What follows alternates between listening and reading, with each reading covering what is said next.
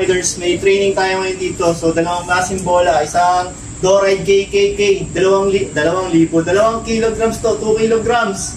Tapos ito naman yung regular ball natin, size 7 na Doride bola ng bayan. So, shooting, saka passing. So, 3 points. Bali mangyayari, mapasa ko sa kanya tong training ball, tapos babalik niya sa akin. Then, papasa naman sa kanya tong regular ball na to, na size 7. Tira niya ng 3 points. Tingnan natin kung lalakas ba yung pulso niya para sa shooting tsaka sa passing.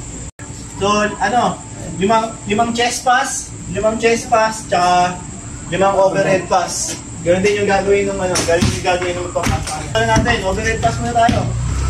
Kita!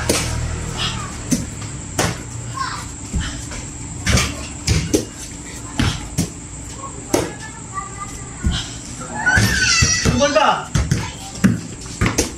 Mabigat tong kilograms. Di ba kasi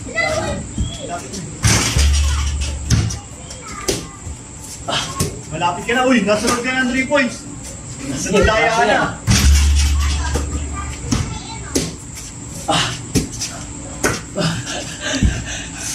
Naman!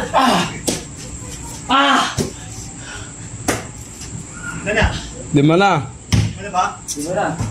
Ay, lima na! Anin yan! Sige, lima anin. Besas. Puta, yes pa siya sa kamay yun eh. Saan mo ganun yan? Dalawa ini. Sus, ito anin pa, yes pass.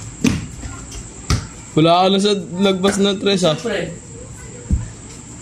Uy, wala pa na issue ka. Meron na. Isa. Hindi man chest pass yung ginagawa mo eh. Baka na wala ko shoot.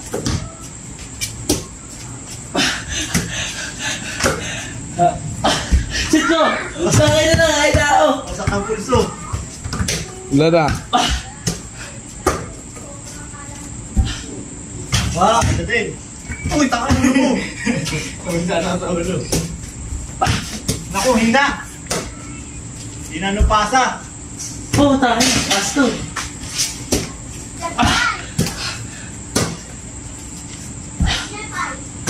So, yan. Last! Paso yan, pare.